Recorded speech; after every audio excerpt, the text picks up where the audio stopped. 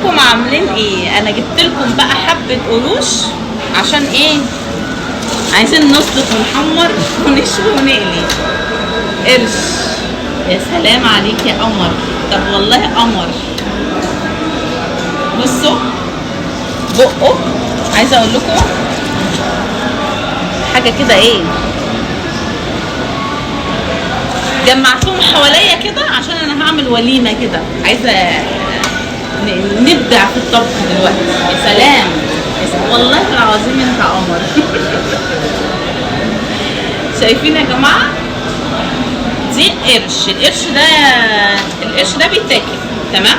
والقرش ده بيجي من البحر المتوسط، بيعيش في ميه 40 او 50، يعني بيعيش في الغرق، ما ينفعش يطلع في البر، تمام؟ وهو بالحجم ده يعيش في المنطقه دي. اما كل ما هيكبر كل ما يغوط بقى، يروح بقى خلاص ما حدش هيعرف يسيطر عليه، تمام؟ ولا يلمه. إيه بيصطادوه ازاي بقى؟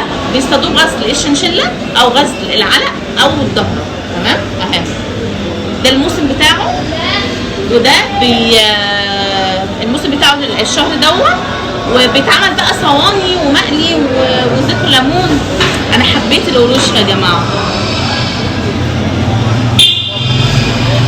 اللي ملهاش قشور بتتسلق. بصوا اهي صغنن وجميله. يلا